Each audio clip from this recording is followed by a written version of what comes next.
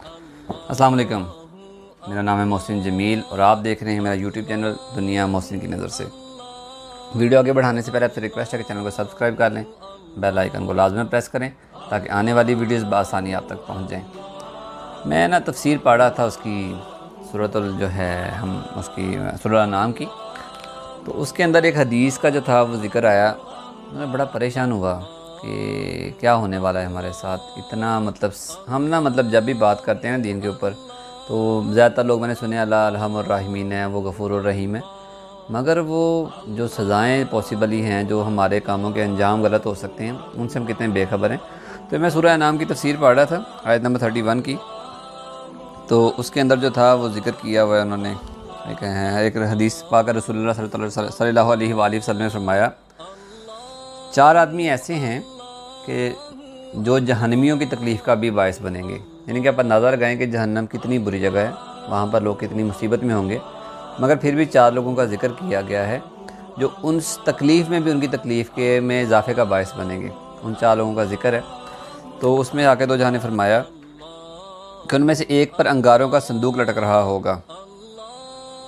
وہ جو 4 جن کا ذکر کیا اس میں سے ایک کے اوپر انگاروں کا صندوق لٹک رہا ہوگا، دوسرا اپنی آنتیں کھینچ رہا ہوگا، اور تیسرے کے منہ سے پیپ اور خون بہہ رہا ہوگا، اور چوتھا اپنا گوشت کھا رہا ہوگا۔ تو یہ 4 قسم کے لوگ ہوں گے جو جہنم میں اس طرح کی تکلیف میں مبتلا ہوں گے کہ ان کی وجہ سے جہنم کے لوگ بھی اذیت میں ہوں گے۔ تو آگے ان کی تفصیل بھی بیان کی گئی ہے کہ صندوق والے کے بارے میں جہنمی ایک دوسرے سے کہیں گے، اس بدبخت کو کیا ہوا ہے؟ وہ آدمی جس کے سر پہ انگاروں کا صندوق لٹک رہا ہوگا، اس کے اوپر سے آگ بہہ رہی ہو، اس کے اوپر برس رہی ہوگی، تو جہنمی ایک دوسرے سے پوچھیں گے یار یہ کیا مصیبت ہے، کون بدبخت ہے یہ؟ تو اس نے تو ہماری تکلیف میں اور اضافہ کر دیا۔ صندوق والا جواب دے گا، وہ جو آدمی جس کے سر پہ انگاروں کا صندوق ہے، وہ خود سے آنسر دے گا، جواب دے گا، میں اس حال میں مرا کہ میری گردن پر لوگوں کے اموال کا بوجھ تھا، یعنی قرض تھا۔ یعنی کہ اگر انسان اس حالت میں دنیا سے چلا گیا کہ وہ لوگوں کا مقروض تھا اور اس کے پیچھے کسی نے وہ ادا بھی نہیں کیا، اور جس کا قرض تھا اس نے معاف بھی نہیں کیا، تو جہنم میں جانا تو ایک بھی بہت بڑی مصیبت ہے۔ مسلمان کے لیے تو بہت باعث شرم ہے کہ وہ مسلمان گھر میں پیدا ہوا، اللہ تعالیٰ نے اسے ایمان کی دولت سے نوازا، وہ پھر بھی جہنم میں چلا گیا۔ پھر بھی جہنم میں جا کے بھی جو بندہ قرض دار ہے، جس کا قرض معاف نہیں کیا گیا، ادا نہیں کیا گیا، اس کے سر پہ انگاروں کا صندوق لٹکا دیا جائے گا، اور جہنم کے جو لوگ ہیں وہ اس سے تنگ ہوں گے کہ یہ کیا مصیبت ہے۔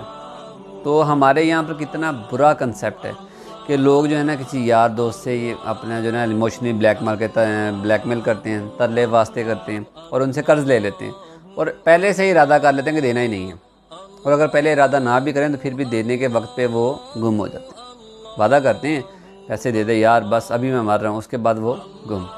تو خیال کریں، مرنا ہے، اور مرنے کے بعد معافی نہیں ہے، اور ہر کسی نے جو حقوق العباد ہے نا ان کا حساب دینا ہے۔ دوسرے کے اوپر بات کرتے ہیں، جو دوسرا بھائی تھا جو اپنی انتریاں کھینچ رہا تھا، اس کے بارے میں متعلق کہیں گے کہ اس بدبخت شخص کا معاملہ کیسا ہے جس نے ہماری تکلیف کو اور بڑھا دیا ہے۔ جہنمی ایک دوسرے سے کہیں گے یہ جو اپنی آنتیں کھینچ رہا ہے، اس کو کیا مصیبت آئی ہوئی ہے، اس نے کیا کیا کہ یہ ہماری اور تکلیف بڑھا رہا ہے؟ تو وہ جواب دے گا، میں کپڑوں کو پیشاب سے بچانے کی پرواہ نہیں کرتا تھا۔ چھوٹی سی بات ہے، یہاں پر تو جو ہے نا آپ روڈ سے بس سے ٹریول بھی کریں تو لوگ کہیں پہ بھی کچھ بھی کہیں سے بھی سٹارٹ ہو جاتے ہیں۔ اللہ تعالیٰ رحم فرمائے۔ دیکھیں یہ یعنی کہ اصل میں مسئلہ پیشاب کے چھیننے کا یہ کہ آپ کے کپڑے پاک نہیں رہتے، آپ جو بھی عبادت کریں گے وہ قبول نہیں ہو پائے گی کیونکہ آپ کے کپڑے پاک نہیں ہوں گے۔ تو کپڑوں کا پاک رکھنا بہت ضروری ہے۔ اگر آپ اپنے کپڑے پاک نہیں رکھ پاتے ہیں تو اس کا وہاں پر حساب بڑا، اس کے جو کانسیکوینسز ہیں، جو ان کے نتائج ہیں، بڑے خطرناک ہوں گے۔ تو تھوڑا خیال کریں، قرض سے بچیں اور اپنے آپ کو پاک رکھیں۔ تیسرے کی بات کرتے ہیں، پھر جس کے منہ سے خون اور پیپ بہہ رہی ہوگی، اس کے بارے میں کہیں گے اس بد نصیب کا معاملہ کیا ہے جس نے ہماری تکلیف کو اور زیادہ کر دیا؟ وہ کہے گا میں بد نصیب بری بات کی طرف متوجہ ہو کر اس طرح لذت اٹھاتا تھا جیسے کہ جماع کی باتوں سے، فحش باتوں سے، یعنی کہ فحش گوئی کرنا لذت کے لیے، ایک دوسرے سے ڈسکشن ایسی کرنا جو غلط ہو، نیگیٹیوٹی باتیں کرنا جس سے منع کیا گیا ہے، تو اس سے لذت لینے کے لیے صرف باتیں کرنے کا گناہ ہے کہ اس کے منہ سے خون اور پیپ بہہ رہا ہوگا، اور اس کی وجہ کیا ہوگی کہ وہ جہاں پہ لوگ اکٹھے ہو کے غلط باتیں کر رہے ہوتے تھے تو وہ وہاں بیٹھ کے اس سے لذت حاصل کرتا تھا، شوق سے سنتا تھا۔ ہمارے یہاں پہ آج کل آپ یہ ٹک ٹاک، سنیک ویڈیوز، یوٹیوب کے اوپر ریلز چل رہی ہیں، کیا ہو رہا ہے؟ ہم یہی کچھ ہی کر رہے ہیں، ہم وہاں پر اس کو کس لیے دیکھ رہے ہیں کہ ہمیں اس میں لذت آ رہی ہے۔ تو یہ سب کرنے کا انجام آپ سن چکے ہیں کہ منہ سے خون اور پیپ بہ رہا ہو، اتنا گندا بہ رہا ہوگا کہ جہنمی بھی کہیں گے یار کیا مصیبت ہے، یہ کہاں سے نازل ہو گیا۔ اب چوتھے کی بات کرتے ہیں۔ پھر وہ شخص جو اپنا گوشت کھا رہا ہوگا، اس کے متعلق جہنمی کہیں گے اس مردود کو کیا ہوا جس نے ہماری تکلیف میں مزید اضافہ کر دیا ہے؟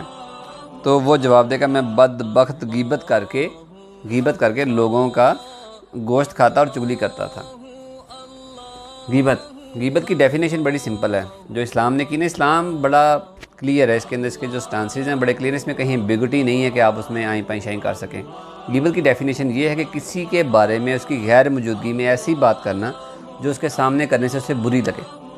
سچ جھوٹ ہونے کا بات نہیں ہو رہی یہاں پر، آپ سچی کریں یا جھوٹی کریں، کوئی بھی کسی کے متعلق ایسی بات کرنا جو اس کے سامنے کرنے سے اسے بری لگے گی، وہ غیبت ہے۔